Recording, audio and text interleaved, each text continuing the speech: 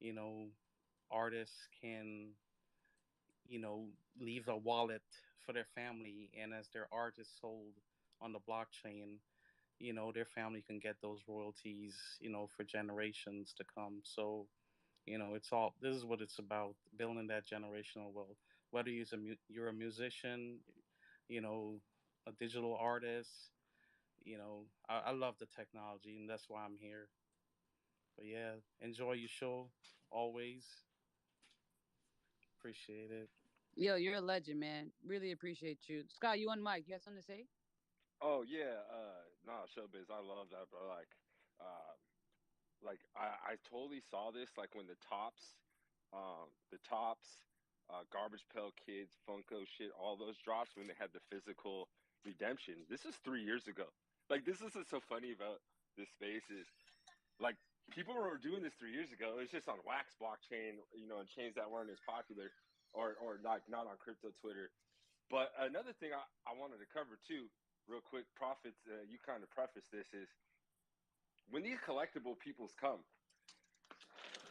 your favorite influencers are in trouble. And let me explain why. Why the hell am I going to go watch a growth hacker talk about collectibles when we all know he doesn't even, can't tell you even what 5 Pokemon are? You're going to watch No Limit Breaks. You're going to watch Carbon Breaks. You're going to watch Ripology. You're going to watch Grand Slam. You're going to watch, uh,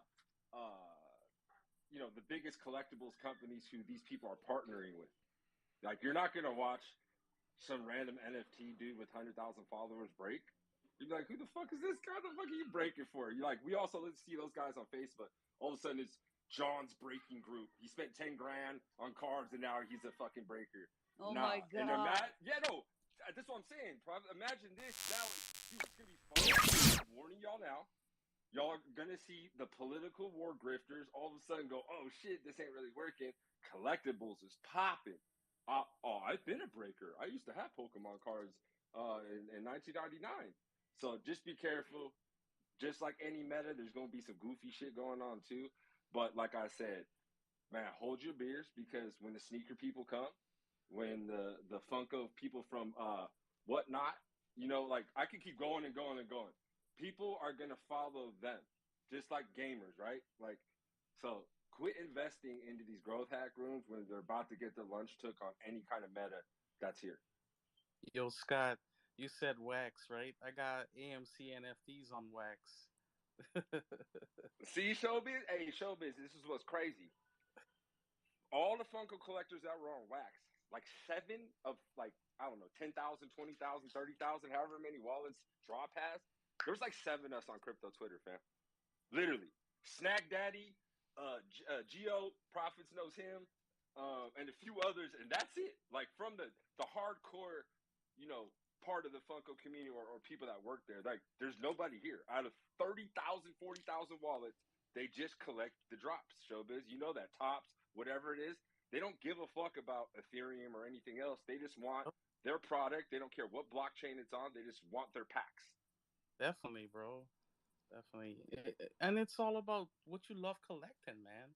You know, like a lot of this is fun for me. I'm not like I made some money in the space, but it's not about making money for me. It's about connecting with people and being in a space that we vibe together.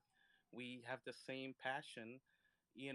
After retiring from the military, I didn't know what to do, man. I didn't need to work. You know what There we I'm saying? go. So I this is fun for me. Just being in this space, like the IRL meetups. I'll see you in Hong Kong, profits. Oh, fam, I'll see you there. It's about to be litty. I'm over here looking up all types of laws and shit. It looks like I'm gonna have to purchase some cigars. Oh, fuck me. It's okay though. I'll be too excited with all the culture shocking going on. I won't really care to. Bring me, hey, Showbiz, your job, bro, is to make profits. Don't forget my snacks. Oh yeah, Whatever you want. the board My munch, Asian snacks. the board I munchies. need my Asian snacks. Yo, yeah, I love the board munchies, man. Met up with met up with him on the yacht and shit. But yeah. No, Scott's talking about like snacks from that side of the world, that country, because they don't have them over here. And when Oh, they do have them over here, they tax the fuck out of us for all the foreign, spicy chicken Doritos and all that shit. Daiso, we're looking at Oh, you, motherfuckers. Daiso, we're looking at I you, and I'm Japanese. When I was in That's so Japan funny. 2.5 years, bro, the Daiso. Oh shit, my kids love going into the Japanese stores, man. All the different snacks. Yeah, oh yeah, the Daiso. We love the Daiso, man. All the little man, these little fun collectible stuff. They be having it in there. Man, ladies and gentlemen, you're now tuned in to Web3 Exposed. Like, comment, repost the room. I'm about to pass out some ETH. All you have to do is repost the room and drop your .ETH to qualify. We'll be back after these messages, ladies and gentlemen. NFT technology is remarkable. It's insane because the first year of people discovering it, their scammiest friend made $83,000 selling a penguin with a penis in its eye. Of course, normal people don't get it. They're right. It's the same reason people didn't get the internet in '99. You had normal people saying, how the hell is pets.com worth $85 billion? I need to contact Gary Vee's people. This video is going viral because of the show right here, ladies and gentlemen. Anyway, let's get back to it. I needed a quick reminder now that we're sober. You see how that video hits different when you hear it? You remember back in the day that shit? Nah, fuck off, Gary. You're lying to me. You see how it hits different now? That's all I wanted to show you guys. Anyway, people, go ahead. Back to you. Hey fam, so I apologize for rugging earlier, but I saw one of the comments down there about what I spoke about DoorDash earlier, and this actually goes back to what we've been talking about over the last few months about NFT 1.0, 2.0, right? So it's not so much that they're getting rid of dashers, it's just now corporations are realizing, and as a community, that we have to pivot the way we operate business. So here in San Francisco, San Jose, and Berkeley, these dashers are having such a hard time again. And I just mentioned parking, but there's so much more to it. When you have apartment buildings or huge skyscrapers that they have to go on top of, all that takes time. It takes time out of their profits. And not only that, car accidents, insurance costs, insuring the dashers, all that was taking a lot of profits from the company. So now what we're realizing is, or we did realize back then, and they're actually moving forward with it, is if we actually start teaching the dashers just how we've been talking, be AI prompters, prompt the robot on okay where it needs to go, this and that, they're still going to have a gig. Their gig's not going anywhere. It's just how Musty said a few weeks back when he was on stage. When he knew he wanted to be a full-time YouTuber as a gamer, it went deeper than just gaming. He had to learn marketing. He had to learn branding. He had to learn everything about being a true influencer in that industry. Well, that's what we're moving towards in the gig economy as well. Like Lyft, Uber, all that, it's all going to be automated here very soon. And DoorDash is frontlining that on the food side. And again, I saw like at Safeway and Lucky's back in the day when we saw the self checkouts come out, I was against it. I was like, no, that's taking people's jobs. But like Will said earlier, somebody needs to actually know how to program those devices, those robots. So that's what Scott Profits and Will is trying to tell us. Get out of these growth hack rooms because they're looking for people that already know this technology. They want people that understand where we're heading, and they don't want to retrain people. They want us. Like for again, going back to Musty, he's a gamer.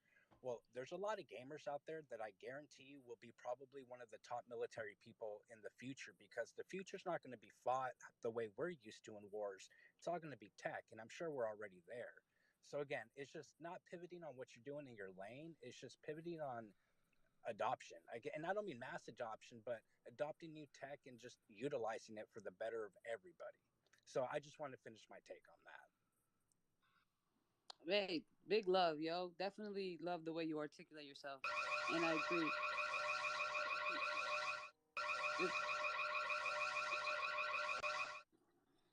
Yo, shout out to Balrog David. It looks like he's a Leap Spaces attendee. I'm not surprised at the fact that he's on stage for the first time and he uses the soundboard like a fucking idiot instead of putting a takeout. Thank you. I appreciate you.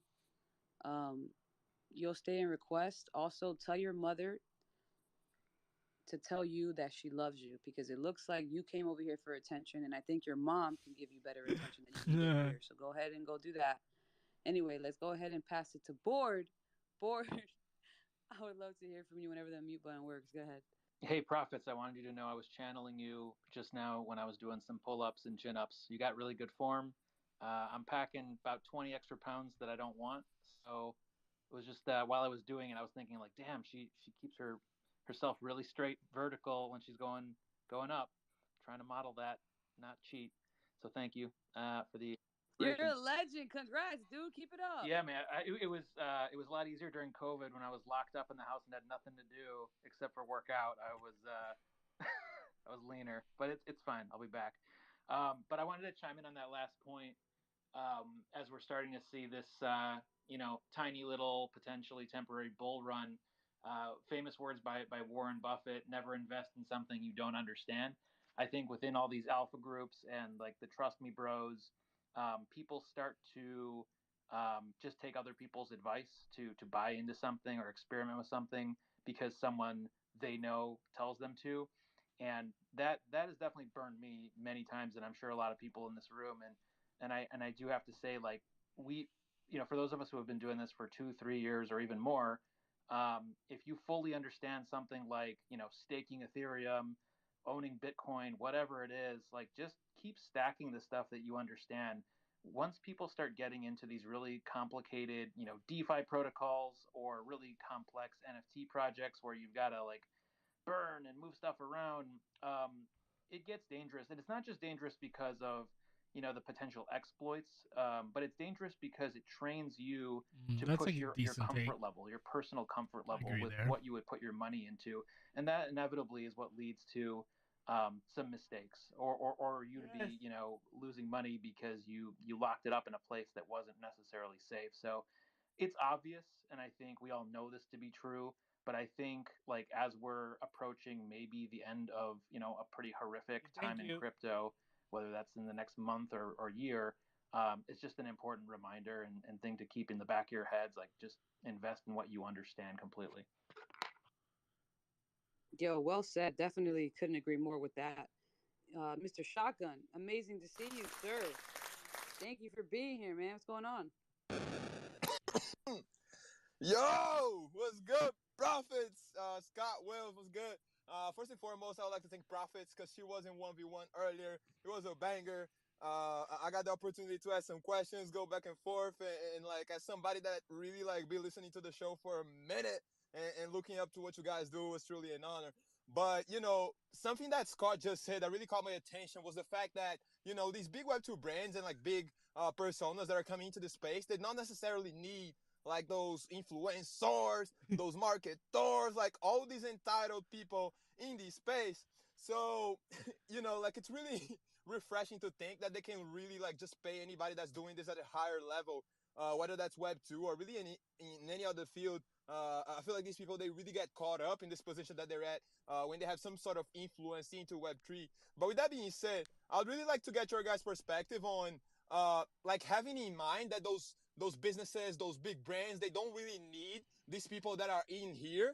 How would you say that people that want to actually work with these big players in whether a near future or like in the long term should be positioning themselves right now in the current conditions? Because I know you guys are doing this, and I don't know, I just am really, really curious to know at least how you guys positioning That's yourselves a and good how do you question. think that maybe people that do not have as big of a network as you guys do could be positioning themselves right now as well. Great question. Scott, you want to answer first or you want me to go? I could go. Yeah, Go ahead. Yeah. Shotgun, love that. Yeah, you already know Shotgun. I'll be anyone who's ever interested. So I love Shotgun. He always asks, you know, good ass questions with, and he be listening. So yeah, back to the outbounds, right? It's a bear. I mean, you could sit here, well, quote unquote, it's the bear, right? You could sit here and wait for inbounds on Twitter. Um, but like even the most popping people, like I mean, they're not what they were, right? Like my whole thing is again, I do the 100 connections on Mm-hmm. LinkedIn. I don't mean to sound like a broken record. It doesn't have to be Web3 people. Obviously, you can't add 100 Web3 partnership BDs a week, right? So you're gonna have to start branching off. So, like I told you on your show, Shoxon, whatever you like, whether it's fucking, remember we said golf or a garbage man, You know what I mean? Start looking into those type of partners, like those kind of people that work in BD, whether it's the trash sector or sports. Now, it's not always going to be about Web3. The important thing is to be remembered on the call. So now your next job, what Shotgun you asked is like, how can you build from there? Anything that you hear in spaces, anything that you're working on here, whatever in IRL, you make a mental note of how you So can if, bring that I think cool that thing to the next call, right? not So having like a say you bigger meet with the network is hockey team just Dallas Stars going out to and you network at have events a and you synergy know or an idea conferences, that would NFT, work for them. NYC, That's LA, you travel make the call, states, you do the and just call, network. I and think later on that's down the line Twitter when Spaces it's also that time, works. you approach them with the idea. Now, don't get mad if they don't fuck with you or don't talk to you after the call. It's just important you're breaking the ice on these 15-minute intros and then stacking your network, right? So now maybe in 9 months you hit up the guy from Dallas Stars, right? It's not just immediately tomorrow, but what happens is you'll start being able to put I like to say put paint where it ain't. So all of a sudden you go, oh, I just talked to the Red Bull guys, and it sounds like they're doing this sports thing on this other marketplace. Let me hook these two guys up. Everything can't be transactional, especially in a bear, but the seed that you plant, that's the transaction, right? So plant the seed or make the connection, however you want to say the word. The seed grows, boom, you can pluck it, right? Like later on down the line, Shotgun fucking is the CMO at some company, and he's like, "Yo, Scott is a dope ass digital strategist or BD, whatever the fuck.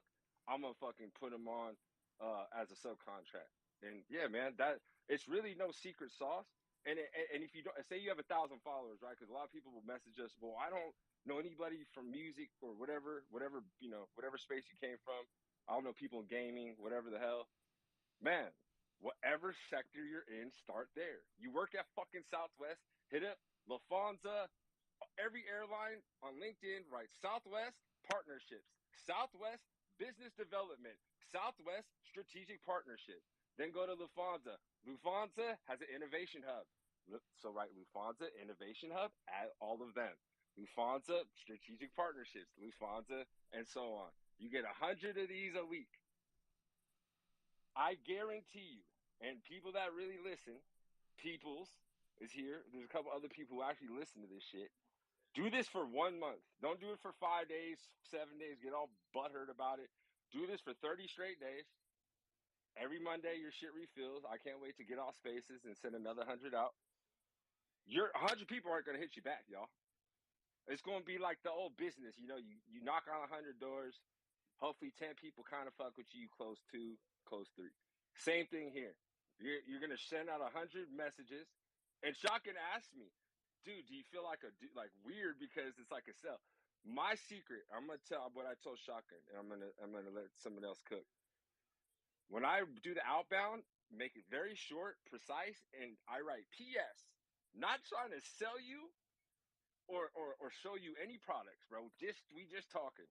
And people appreciate that because most of those outbounds are like, yeah, we're building this SaaS or we're building this DaaS or we're building this and that. Like, we loved you as a client. So, yeah, just be like, yo, just trying to see if there's any synergies. I believe in the power of the network. Let's jump on a call. No product or services to sell you. Do that 100 times for a month every week.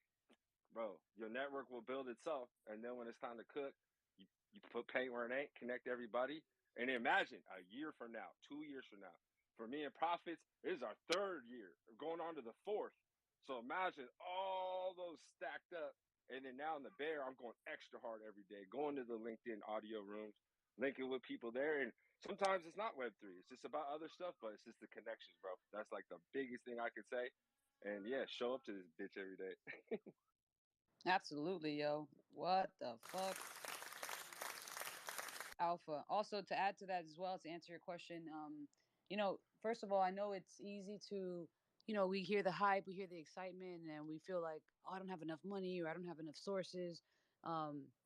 Take everything very lightly, meaning don't feel like you got a FOMO and don't feel like you're missing out. The fact that you're here, you're showing up, you're consistent. Anybody, not just you, Shotgun. That is a pure indicator that you can reap these benefits as long as you don't let them pass you by, right? There's so many people that are here and let shit pass them by, and that's just unproductive. I can't teach you how to be. I can't fucking feed the water to you. The water's right here. I can't We, feed it to we you. got But some breaking news, Prophets. oh my god, I know Breaking Bitcoin news. hit $32,000. Go back on mute. Anyway, that's it. That's it. Shotgun. I hope that answered your question. Did that answer your question? That definitely does. But Profits, I'll just add something before I shut the fuck up. Like I look at all these content creators are like amazing people that could potentially like be working for those big brands, and I'm like, okay, so what the fuck is my differential, right? Because I look at myself and I'm like, okay, I'm not a badass video creator, I'm not a badass like anything. I just do okay things, and I'm out here asking the questions. So I'm like, as much as I understand you guys, I feel like it's just a matter of slowly like trying to find those unique traits and like really exploring them to the max of my potential, and then just add up to the whole like BD side that Scott's saying and like everything that you just said. But it really does make sense. I just feel like most people really underestimate what it really means like to be a content creator like in the grander scheme, because we get like so caught up in like the growth hackers and like the people that are engagement farming like crazy in this platform, and we don't really understand like what necessarily, let's say, a big brand like Funko or like any of these big like collectible brands would be looking for as they enter the space. Because I'll be surprised if like any of these companies are actually like reaching out to the traders and whatnot that are like just copy and pasting shit from ChatGPT, because that's not necessarily selling them products, right? So I just feel like most people should really reassess how they approach and really like try to think as a business coming into the space, and that's where I tend to like struggle the most within my own thoughts. But I really appreciate your guys' takes and glad to be here. Grateful to be in the stage. You guys are amazing. Absolutely, ladies and gentlemen. If you haven't already, hold on. You motherfuckers don't come up and don't touch my motherfucking soundboard. Anyway, follow Shotgun right now. Follow that motherfucker. Straight motherfucking alpha. More importantly, the energy is genuine. It's real. Dude is in Brazil, grinding his ass off, making sure that he's on our time zone to stay relevant, up to date, and that's what's up, man. I really think that's awesome. Anyway, showbiz. Let's hear it. What's going on? Hey, what's up, Prophet? So, we've been talking. Scott's been talking a lot about LinkedIn. I connected with him on LinkedIn, but one of the things, with LinkedIn, I haven't touched my LinkedIn in 2.5 years, Scott, because in the military, right? Before you get out the military, whether you're separated or retiring, in my case, I was retiring, and I knew I didn't want to work after I retired, so I didn't really care. But I get hit up a lot from headhunters, like so much about jobs in my field that I was in the military, right? But I firmly agree with you, Scott. Man, LinkedIn is a great place if you're looking for jobs. We have the Airmen of Family Readiness in the military, that teaches you how to get ready for interviews, and creating your LinkedIn profile. We get a year once we retire from the military for LinkedIn Pro, and they set you up for success in when you getting out. And so there's a lot of resources out there on LinkedIn, and I'm very bullish on that. But for me, I'm not looking for a job. But yeah, I totally agree with you what you're saying, Scott. It's definitely a good place for anyone looking for jobs. Yeah, yeah, definitely appreciate it. Oh no, absolutely. We are definitely going to get to this next hand. And I just want this next hand to know that I have broken my rules for the second time this week because of you, Mr. Gaiman. How can I help Hey, you, sir? profits. Just to touch on the job thing real quick, and then I'm Oh, gonna for let sure. Gaming Go ahead. cook. Go ahead. Yo, just like for a small sample size, your favorite war grifter talk about there's no money, there's no jobs. Optimism Bro, War Grifter Foundation. is crazy. No, ready. Optimism Foundation hiring for CGO, Chief Growth Officer. Myosin is looking for marketing. They're down. Dynamic is looking for a product marketing lead. Safari's looking for a business lead. Immutable is looking for a content lead. Subspace is looking for a chief marketing officer. Magic Eden's looking for a project marketing lead. Starts at $200,000. Polygon looking for a senior associate for content. Doodles looking for a senior marketing manager. Yuga motherfucking Labs head of business ops and strategy, starts at $320,000, but there's no money here. Yo, Scott. Cookie 3, business development lead. No, there definitely there ain't no money in business. Web3 at all.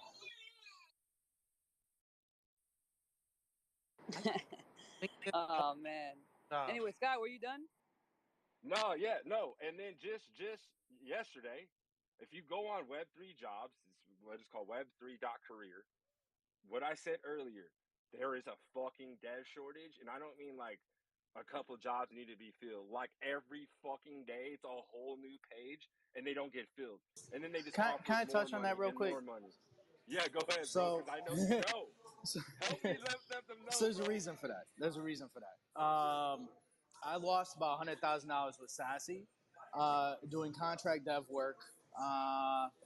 The funny part is they at one point were a fairly decently well-known contract firm in Web3, partnered with some pretty big opportunities, and it was all just Eastern European dev work that was minimum effort, more typos and language barriers than I could count within Solidity code, which was interesting within itself. But the biggest problem is, and even the large projects will tell you this, is finding good devs.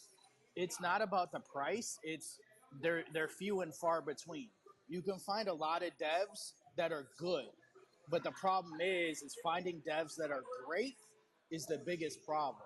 And thankfully, we have 2 senior engineers currently, which will carry a majority of our load while we onboard some junior devs. But there's a lot of people that kind of learned over the last year that can get by and can kind of qualify, but they can't really. It's not the level that would be required of a Fortune-sized company, which is why those positions are still available. Because somebody like Yuga is snatching them up as soon as they're available, and they're paying as much as they possibly can, because it's literally that's what it costs. Like a solid dev, I mean, our CTO is getting, almost mid 6 figures plus equity. Like it's very difficult to find solid devs in this market, not just because of the market, but because a lot of people were already snatched up in the bowl that were actually competent. And that's why those positions still exist, because there's good devs, but there's the gap between good and great when it comes to that is far more significant than you would expect. Joshua, let me ask you a question real quick. Do you say this because I'll give a general example. We could find any basic ass dev, but you just said something important. You said great and good. So do you say this because senior profits? He said senior. That's the motherfucking no. key Hear word. me out. Hold on. Hear me out. I'm talking about for the specific new tech that people like Joshua wants to implement. Is that why you say that? Because of the expertise and the level of these devs? Is that why you're saying that? Not necessarily. It's more so just, somebody that, see, this is the problem. And the funny part was I was talking with our CTO about this as we put out our initial job offer for an additional senior engineer, which was, he had a requisite for college in there. That wasn't a requirement, but a good to have, that I had him remove, because I would rather have somebody that has 4 to 6 years experience than somebody that has 4 years in college that has no experience. Because just because you had an opportunity to execute homework accordingly doesn't mean that you have the experience that I'm looking for to build in a real world scenario, which is the biggest problem. There's a lot of qualified devs, but the problem with qualified devs is not all of them have the experience to execute, especially at the problem with Web3 is how fast it moves. So that's why I compare good and great, because good is really good and does fantastic in the traditional world. In Web3, at the pace that people expect you to execute, you need great and beyond, because people are expecting things to be done in 30 and 60 days. It's not 6 to 12 months like a normal schedule is, or even beyond that. People are expecting results to happen immediately.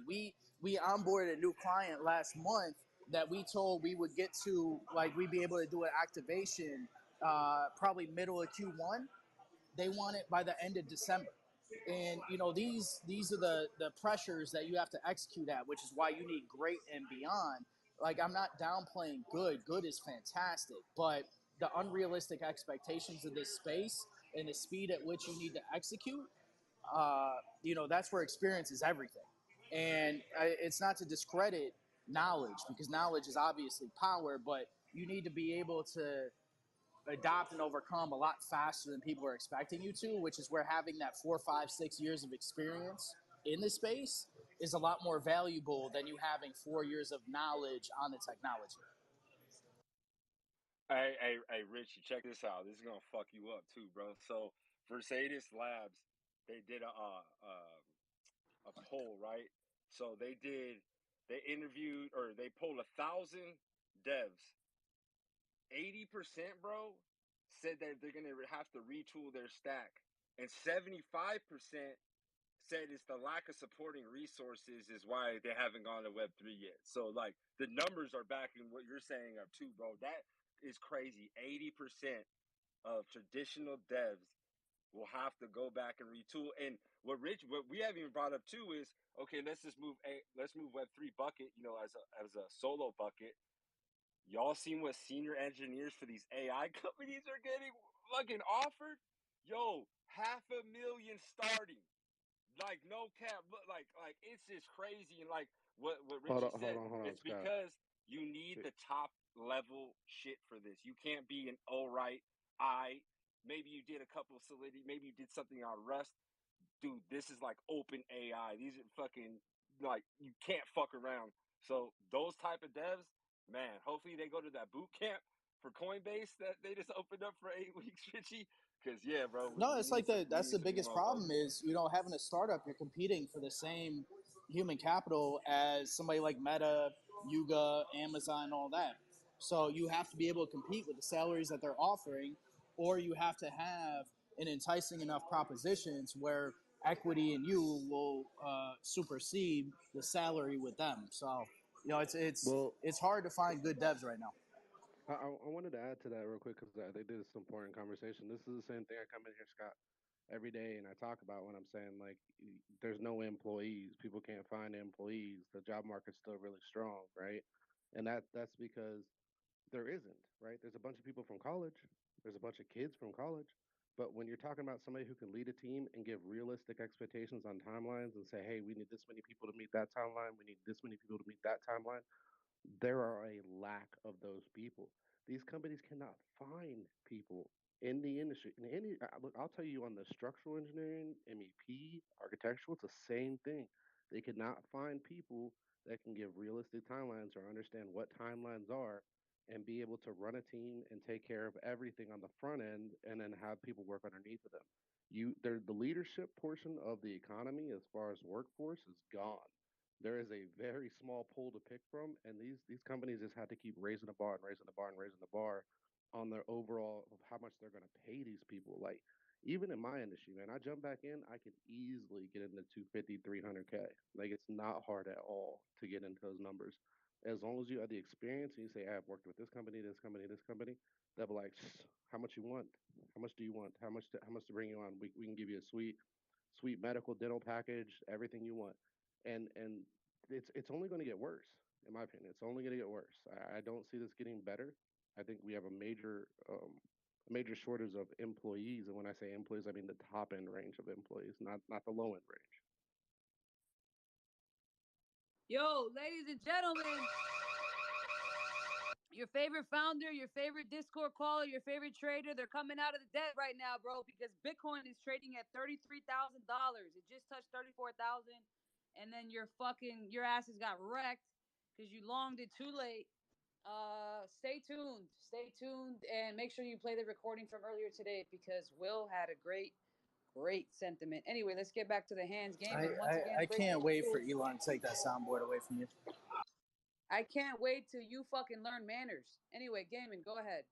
Hey, I just had a take on what Shotgun was saying before about like what big companies are looking for when they're coming into the space and they're checking out people and like whether they're big, whether they're small, and like how, like I guess like how to sort of get in front of those big businesses and what they're looking for. And I just wanted to come up with something real simple, given that we're on X, Twitter right now. So something that we look for, right, is as we came into the space, we just followed all the relevant people. We jumped on spaces. We started focusing on who were the co-hosts, who were the speakers, who were actually adding value, and we just started following people. And then the way that we found more people was whenever someone reached out to us, right, and we check our message requests here and there, we would look at how many people that we were following that were following them, because we knew that the people that we had already followed were important in some respect, way or another, or that they actually had a voice and something to say, which maybe meant that they were influential. So I don't know if you guys know that. If when you go to a profile, you check out the people that I'm following, follow this person, and there's a count. And so, for example, when I head over to Profits and Wages, the amount of people that I'm following that follow her is 143. Actually, it's a bit more, 145 people, right? So that was the first point. I think that's like super important. So the takeaway from that I would got be 337 following that bozo. hey, God damn, bro. we need to follow more Eamon, people. don't mind him. We do a little charity with we're remedial people, so Ah, no worries. you're beautiful. I love that. So the takeaway from what I'm saying is, if you can just jump in, like it's not that hard to just jump into spaces and just have genuine conversations with people.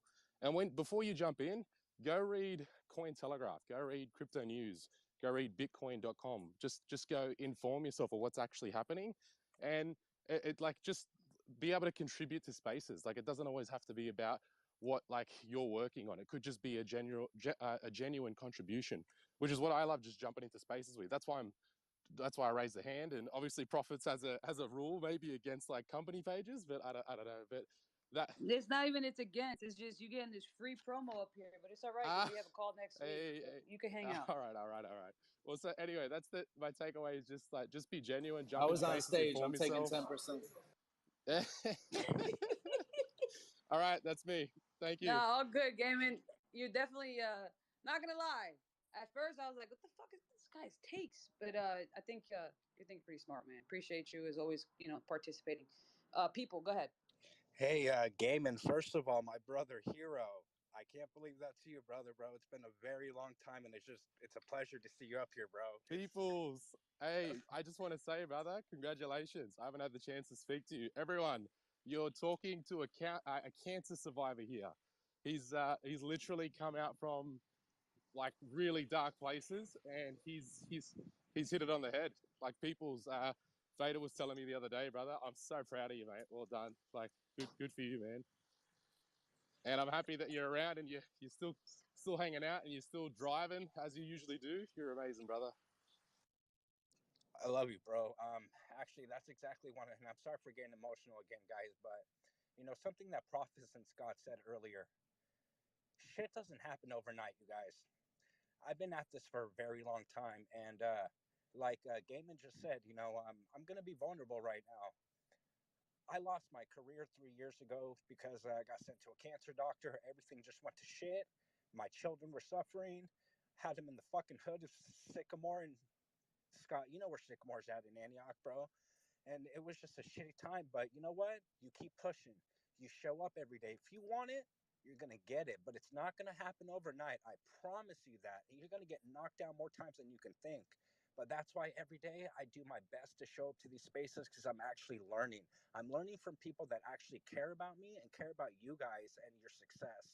Don't take this for granted, you guys. Like, I'm almost 40 and I wish I had this game back in the day. And again, I'm sorry for getting emotional, but just I appreciate you, Hero, bro. Like you were one of the very first people to give me an opportunity in the space, and thank you, Prophet Scott and Will too, bro. You guys are amazing people. I do need to drop down. I'm getting ready to drive back home, but sending all my love, and I'll be down in the listener panel. Just community, please understand. You guys are here with absolute legends that love you. And if you're not listening, I'm sorry to say you're not going to make it. And I don't mean to be rude, but you're listening to the wrong people if you're not listening to the ones up on stage right now. Big love to you, fam, and I love how you were vulnerable with us here. Thank you for that. It means the world to me, and I'm super happy that you were able to get over that. Godspeed. God bless you and your family, man, and keep thriving. Anything you need, reach out to me and Scott. Um, Damn, bro, that just touched my heart. Hey, Big love to Hey, you. hey, hey, real quick, man. Hey, Richie. Everyone, this will be my last day of Web3 Exposed. I'm gonna become a dev. I'm signing up for the dev college. I'm No, about I'm just to kidding. beat your ass.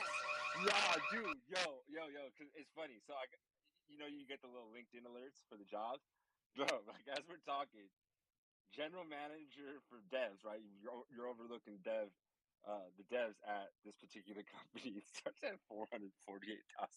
Yo, this is what Richie's talking about. This little ass company no one's ever fucking heard of, literally is starting 448. Like you can probably talk yourself up, but this is what Richie was just talking about. Like these people really have to offer what OpenAI, Cybercode, all these other people are offering.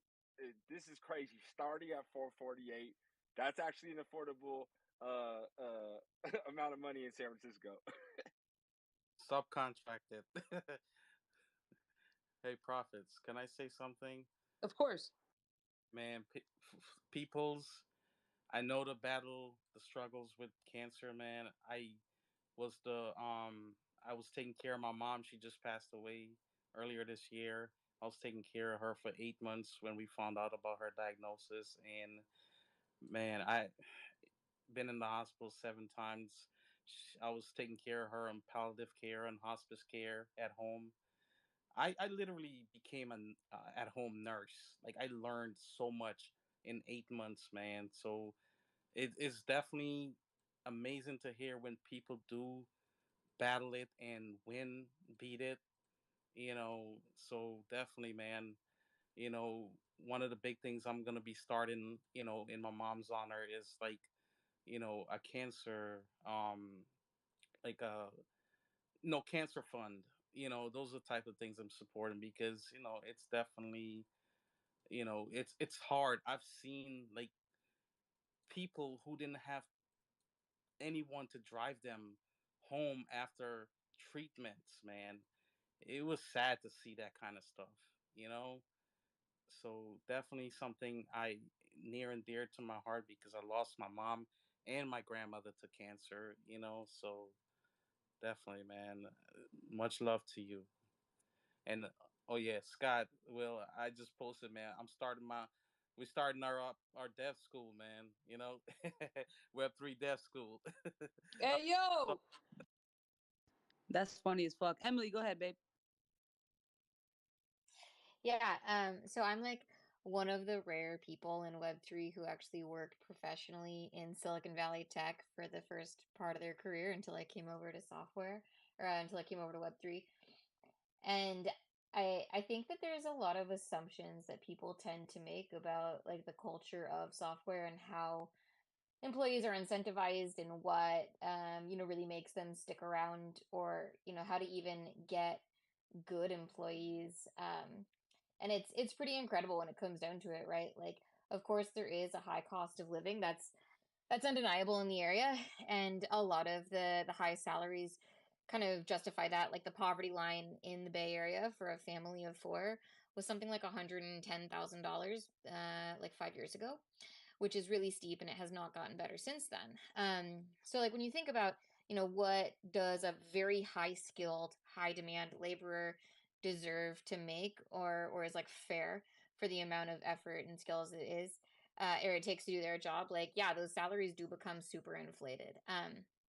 But overall, most most of these really top-notch devs know that they can get a job anywhere, and they're the ones being picky, and it has a lot less to do with money and a lot more to do with the company that's being built. So like the real edge there is how interesting is your technology. Like everyone that works for me right now is working for equity, right? And I have people giving me money to work for me, because our shit is so interesting, right? And that's like an important step I've found in really like coming into your like hitting your stride as a company and as a founder, that like when your product really starts to resonate with the best of the best in an area, that's when you're going to gain the most traction. And you can't win that game with money. You will never be able to win that game with money, because as anyone with enough money will tell you, there's still more to life, right? Like if I'm miserable at my job, if I hate my boss, if I think what you're doing is stupid or not interesting, I don't care that you buy me lunch every day and you pay me a lot of money. Like I've been paid a lot of money before. You just don't spend that much is what it comes down to. And people are always going to choose their autonomy and what they could potentially be a part of and like what's going to mentally stimulate them and keep them interesting. And that's what makes these developers so choosy about where they go. And I think it says a lot about a company. Like I used to use this for research of my competitors, where you would go and you check the job boards, and this is a lot more effective in like America than it is in European countries, just because of the laws around creating open positions publicly without hiring from internal. But we used to investigate our competitors in this way to kind of like predict to see how well they're doing, or like what are the chances that we're going to win a deal. And it frequently comes down to like how, are they hiring, and how satisfied are the employees? Because an unsatisfied employee, it doesn't matter how technically smart or capable they are, if they're fucking mad at you or if they're annoyed, they will micro sabotage what's going on, and it is disastrous. Like I have seen so many highly paid individuals just not put in the little bit of extra effort that they felt was going unappreciated to prove a point, and it is fucking wild what goes down. So like all of that, I think is a really important component of where we're at right now, and having interesting products come to market. And you'll see a lot of these very very overfunded companies not be able to put that money to work because they're not able to get anybody interested in what they're building, because like it's frankly uninteresting, and VCs really don't have the final say in success. It helps, it gives you a boost, it gives you a leg up, but it's not a guarantee. So I wouldn't hang my hat on that for a lot of reasons. And I don't know, there's a lot to learn in between being a junior dev or fresh out of college, and that happens in the first 4 years versus what happens in the first 10 years. And a lot of it comes down to being able to work well with others, or document well, or understanding architecture.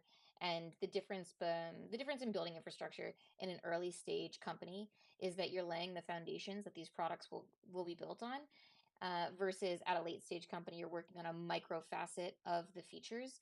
And frequently it's just a gigantic fucking mess, and you're trying to like unweave something or repair something that's an irreparable clusterfuck.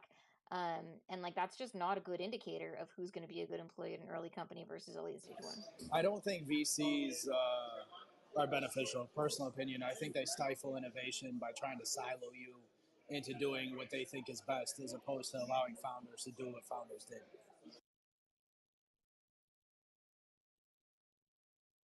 Do you think that, Josh, because because the time limit that they No, expect I their think that from funds and all that conversations shit? I've had with every big VC in the space, they want to. Okay, I No, know you want to I'm not flex even your trying to VC do that. combos. No, I'm I'm not even. asking you, No, why are they that's what I like was gonna that? get into. Why are they It's like not even that? that. They want to see you do one thing, and they want to silo you into one category, and they want you to do that one thing.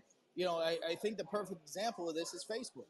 There's no reason Facebook didn't become the WeChat of the West, other than VCs telling them exactly what they had to build, how they had to build it, and what deadlines they were supposed to achieve with what they were building. Once a VC comes in, sits on your board, you lose control. It's no longer up to you what your company is building. It's what they want you to build. And that's what stifles innovation, because the biggest thing that they don't understand is the company's got from A to B because of the founder.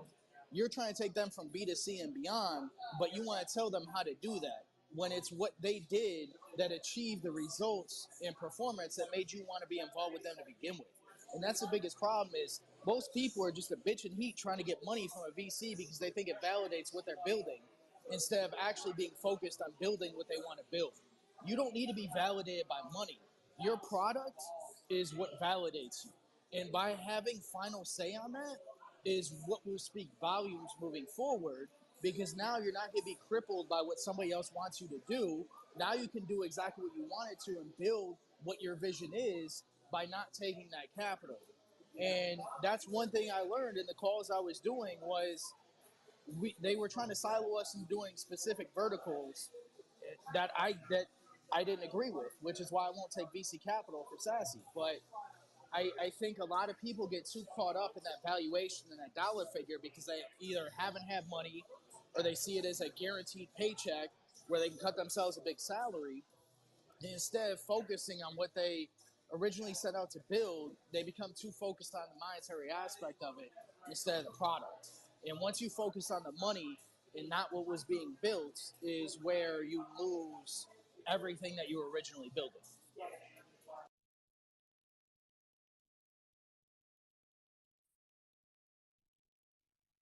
I think it depends a lot on the particular VC, but at the same time, like yeah, there's always a risk. I mean, you're entering a relationship where both people are going to be thinking that they're winning, um, and that is kind of like the ultimate manipulation of what's going on. And like I think people also mistake VC interests.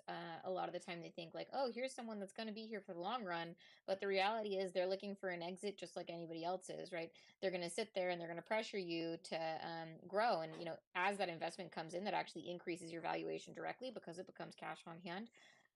And like what people have valued you on top of your pre-money valuation at. So like if someone comes in for pre-seed or seed money, they're going to say, okay, my exit opportunity is going to be round A or round B.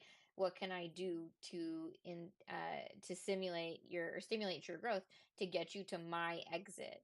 Because that's what's most important to them. They need more money to keep injecting down the line, and that's not necessarily going to be in your best interest, right? They're going to make short-term decisions in favor of long-term decisions.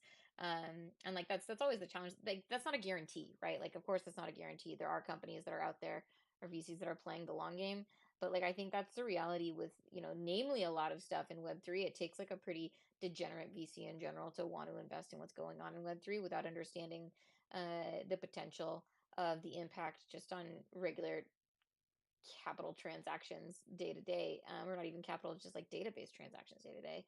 Like that is a huge disadvantage at this stage, and we as individuals have looked around and been like, nah, I don't know, like that looks like a fun rug to burn money at. Like I'll just throw some money over there. And as a result, the types of tools that we're getting delivered are really inadequate for the types of things that we want to actually explore on the blockchain. We're getting subprime mortgages on NFTs, which is like the fucking stupidest shit. I just can't even start with that. Like why do we need that? There is nothing to be had there as a result. So, like I think we're just going to keep getting these degenerate types of tooling that's going to take us to zero until people get bored of it and it turns back around and people are like, "Oh, look at this technology. You can actually do really cool stuff." We like started to see cool stuff getting built. I wonder what was missed. And like that second cycle I think still has time to come.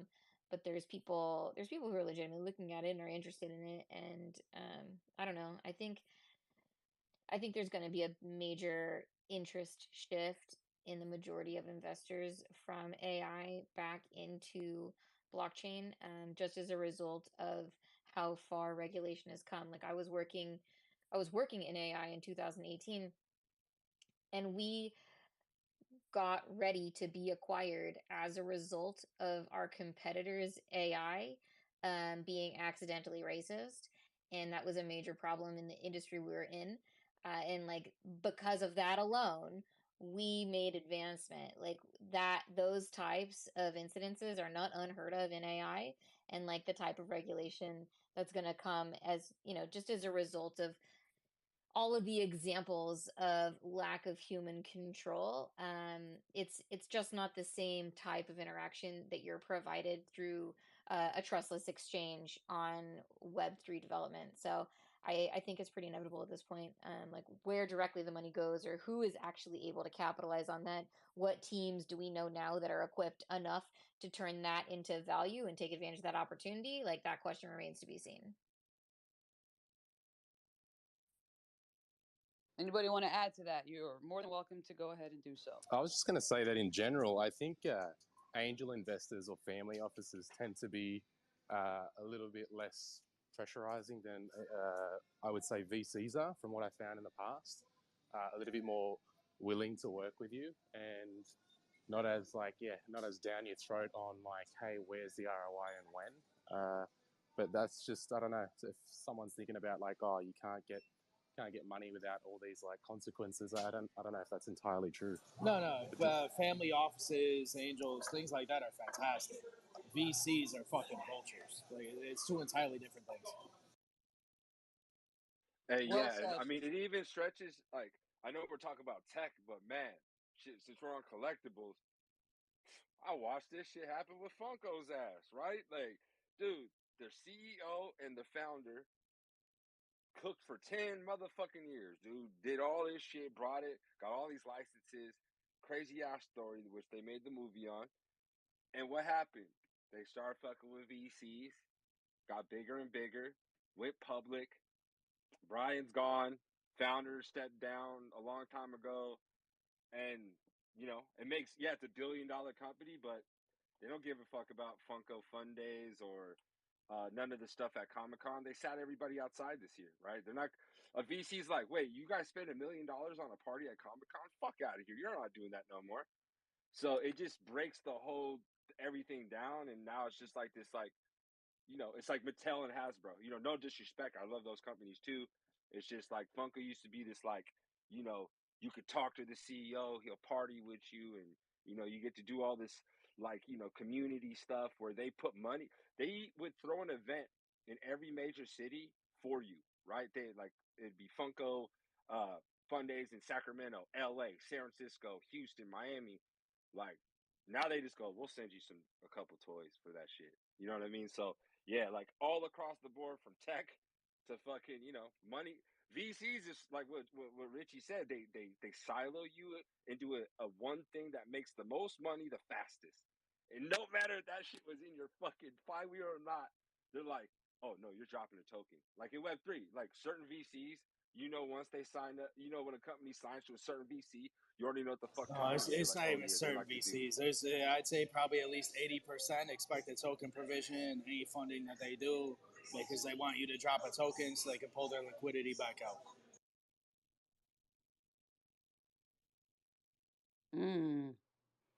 Joshua got all the answers if y'all didn't know, ladies and gentlemen. No, hey, Richie, on a VC deck, Emily will tell you too.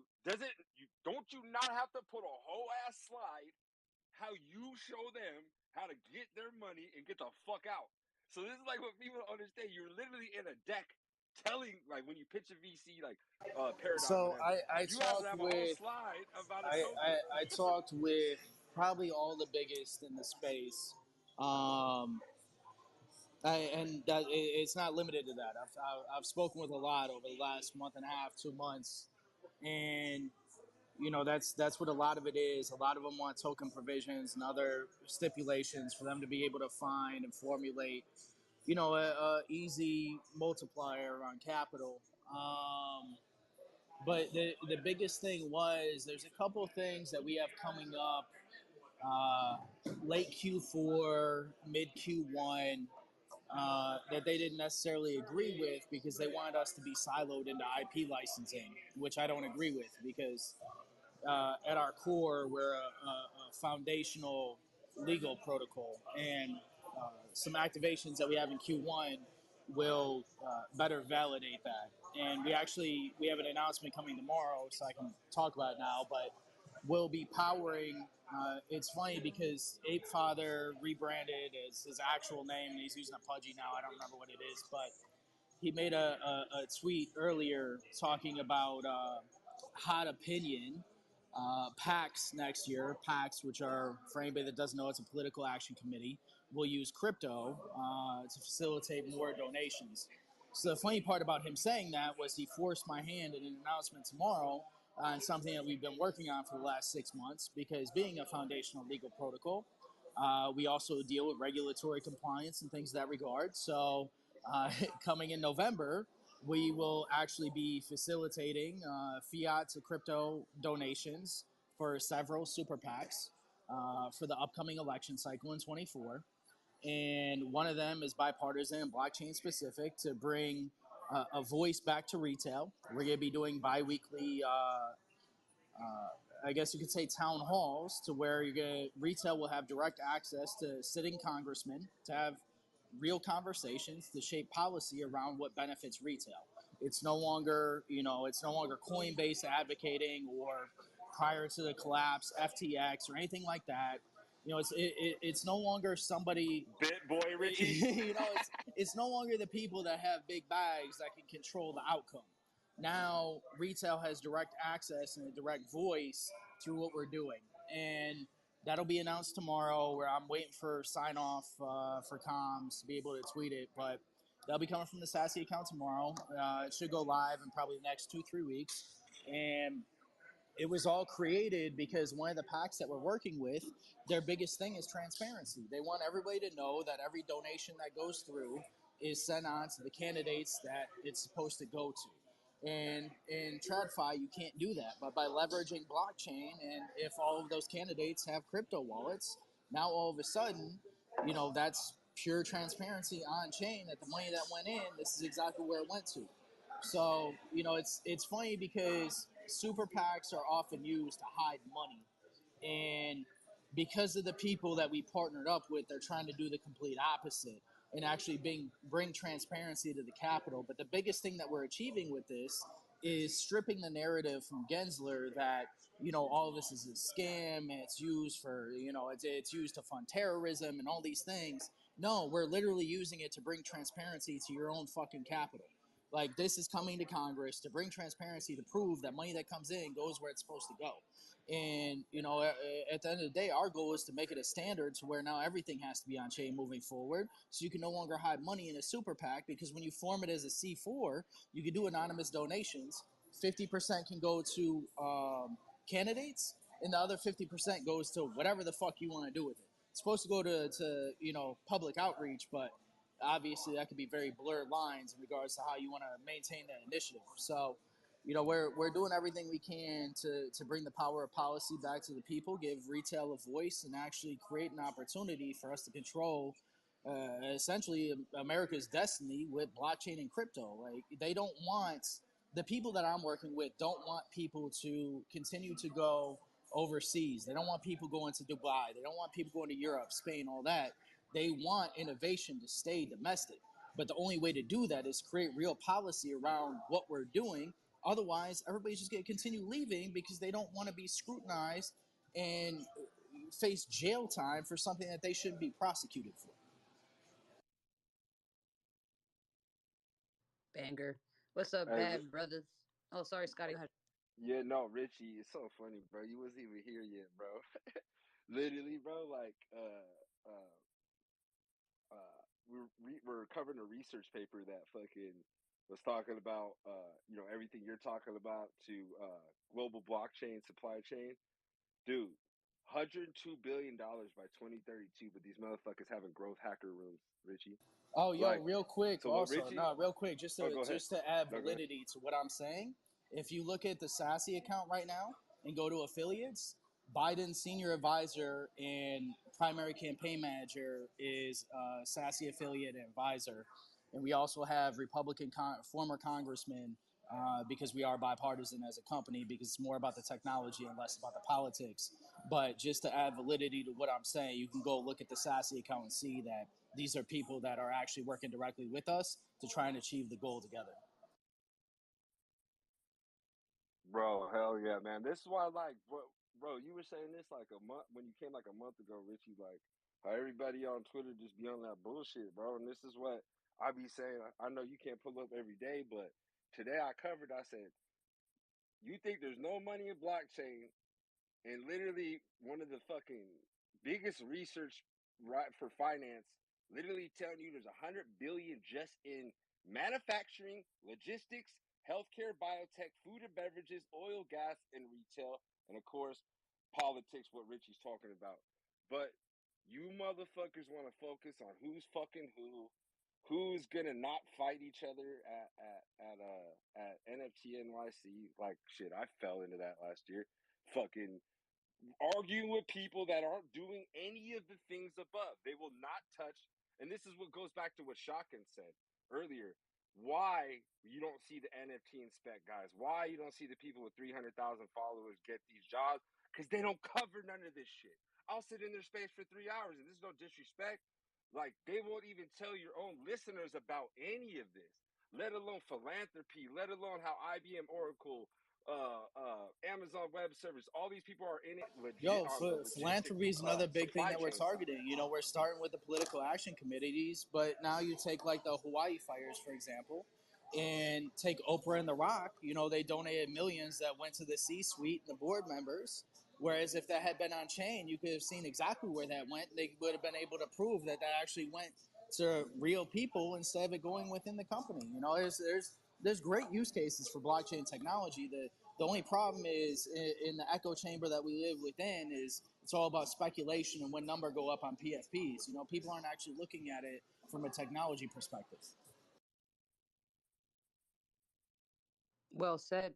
Josh was on a good one today. I think he's drinking some tea. Bad Brothers, what's going on? Yo, yeah, I just wanted to comment on this where, first of all, I mean, I hate the state. I'm an anarchist, so, fuck them all. But at the end of the day, I do recognize we do need these types of things, and I don't want to cede the ground to, fucking Coinbase or whatever, doing that because it's the same. I mean, Coinbase has done a lot of good for the space. I don't want to totally bash them or anything, but it's the same, problem I had with FTX or any other, major company in any space that is coming in and trying to, lobby Congress and, It's get the another rules big written bank. where, yeah, exactly. I mean, what they're doing is they're looking out for themselves, they're looking out for the rules. So I've been very turned off with this Coinbase how they go like, oh, stand with crypto, put this in your bio. But I'm just like, am I standing with crypto? Or am I standing with Coinbase at the end of the day, right? So these types of things that give voices more to retail and get these direct access to congressmen is definitely something I'm bullish on and support. So yeah, I mean, I'm definitely something I'm gonna be following heavily and excited about. Man, oh Hey, we're man. gonna be the lobbyists. Remember? Hey, y'all laughed at me when Richie was the co-host for Profits. Bro, I said we gonna be lobbying for Chevron Web 3, and motherfuckers is like, shut the fuck up. Bro, here we are in October, bro. We didn't even have to wait to the next year. Like, this is like why I'm still here, why Richie be building, why Profits' ass still here. The C suites, the execs, bro, like they don't know this shit yet, bro. It's our that's the job. That's the onboarding I'm trying to do. I'm trying to Yes. fucking onboard and show these motherfuckers the way. And then, the opportunities keeps on going. But my bad, Profits, go ahead. No, you're good. No, absolutely. Well said. Ladies and gentlemen, it's 7:20 p.m. Eastern. We're gonna wrap up. What a fucking banger of a show, man. Damn. Friendalations, you just popped in, bro. The future's here, bro. They're fucking with the collectibles, bro. We outside. Yo, make sure you jump in the Discord. Link is in bio. Absolutely no NFT for sale in that motherfucker. Only good vibes.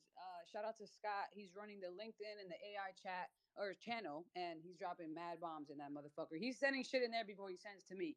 That's an issue. So make sure you jump in there. Thank you all for tuning in. As always, we go live every day, 4 to ADD. 7. What? I have ADD. You know how I just don't even think, and then I have to rewind. Yeah, it's fine. Like you just talked when I was talking. Same thing. Anyway, yes, everybody, thank you for being here. Showbiz, you had your hand up though. You get the last take. Take it away. Oh man, I was just gonna comment about what Josh was talking about, Richie Rich. So every year in the military, we have this combined federal campaign, right?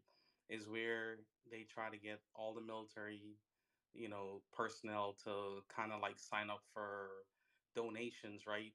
And there's like a booklet of different charities to donate to, and like you read some of these charities, like the donations for administration be like freaking 50 to 60% of the donation going towards administration managing these things, like, and not, and 40% going to where the money needs to go to.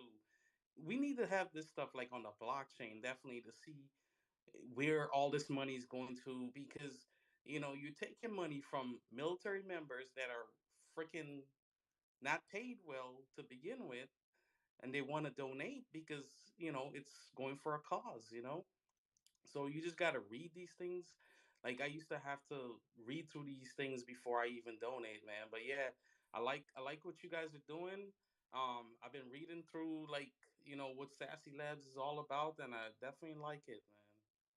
Appreciate it. Fuck them No, motherfuckers. the funny part is there's something Steve Jobs said that resonates, which is we believe people with a passion can change the world for the better, and that was the way he operated Apple. and that's the truth. And we approach things from the same regard. Everything that we do and everything that we're trying to achieve is bigger than what we ever imagined it could be. Even when you take the legal perspective of the protocol, we can commoditize 80+% of legal work to reduce legal fees and eliminate busy work from lawyers, to where it reduces costs and aids in performance. And lawyers aren't against it. We're working with the top 25 firm in the world right now to start to commoditize some of their work. And it's one of those things to where everybody knows it's the future. And having the opportunity to aid in developing that and doing it in a way that it's consumer oriented, because everything we do, it goes from consumer back. We're not building a product and then figuring out how to sell it. We're looking at needs and solving for those needs. And the biggest problem that we face in this industry is people doing the complete opposite. Most people want to build a product and then figure out how the fuck they can fit it into the market. Whereas we're trying to solve for real problems, but like actual real problems, not just, oh, this is something that happened in Web3, let's solve for it. No, we're looking at everything from a global scale and trying to work it backwards and figure out how blockchain can benefit and how we can help aid in that benefit. And so far, I think we have a lot of exciting things over the next 6 months that are going to create a lot of great opportunities. I think what we're doing on the political side is going to be one of those things. Nice. You need to politically give me some grants, bro. Good shit. Good shit. Congratulations. I'm not gonna lie. Josh is this motherfucker and myself have an interesting relationship. But I will say, as hot headed as he could be, he's very innovative, he's smart, he knows how to contact the correct people to make shit shake. And I respect that a lot. So continue to do that, and continue to keep good people around you. You have good people around you. I know some of them, and they love you and they care about you and they just want the best for you, fam. So keep doing your thing. On that note, yep, Joshua's finally happy. He gets to have the last take. Web3 Exposed goes live every day. Fucking idiot. Web3 Exposed goes live every day at 3:45 p.m. Eastern, except Wednesdays. Make sure you like, comment, repost. Not only follow everybody up here, follow the people and the listeners beside you, on top of you, below you. You never know who you can connect with. I literally weekly, I am shocked at the kind of people that still come to this room, because I'm like, how did you even find out about this? There's no promo happening except Twitter. So that's just dope. So you never know who you can connect with. Definitely don't sleep on that. Mr. Scott, any last words for the people? Nah, bullish day. All the news is fucking dope, and it's just really cool to see all these reports talk about literally what Bad Brothers talked about, what Richie talked about, what Emily brought up, and Shotgun. It's like, man, I don't know what else we can do, bro. Like, every business is here. There's all this money to be made. Man, if you're a fucking dev, dude, go to the boot camp at fucking base, bro. Like, learn this shit and go. I want to go to your $500,000 fucking year house, bro, and visit you and fucking give me, Richie, Will, everyone some fucking caviar and shit, bro. Like, that's the shit. That's the shit I'm on. Caviar But nah, buns? hey, again, make sure LinkedIn, join the Discord, post your motherfucking profile so we can connect. Also, to anything AI, under construction, we getting that cooking this week, and then yeah, start pulling up on the LinkedIn Spaces. We about to start doing some shit over there too. So yeah, appreciate everybody and everyone's support. Hell yeah. Once again, breaking another fucking rule. Tout is up here with his fucking hand up. He's high off his profits right now. I'm gonna let him live. Tout, what can I do for you, King? I think it's unmuted now. Go ahead. We're on the cusp of World War III, and the former president of the United States of America's brother is bull posting Mog. He tweeted a picture of the current president of the United States holding a shield, protecting his son from flaming arrows, lighting a crack pipe. I fucking love Web3. I fucking love Web3. I will never leave this bitch.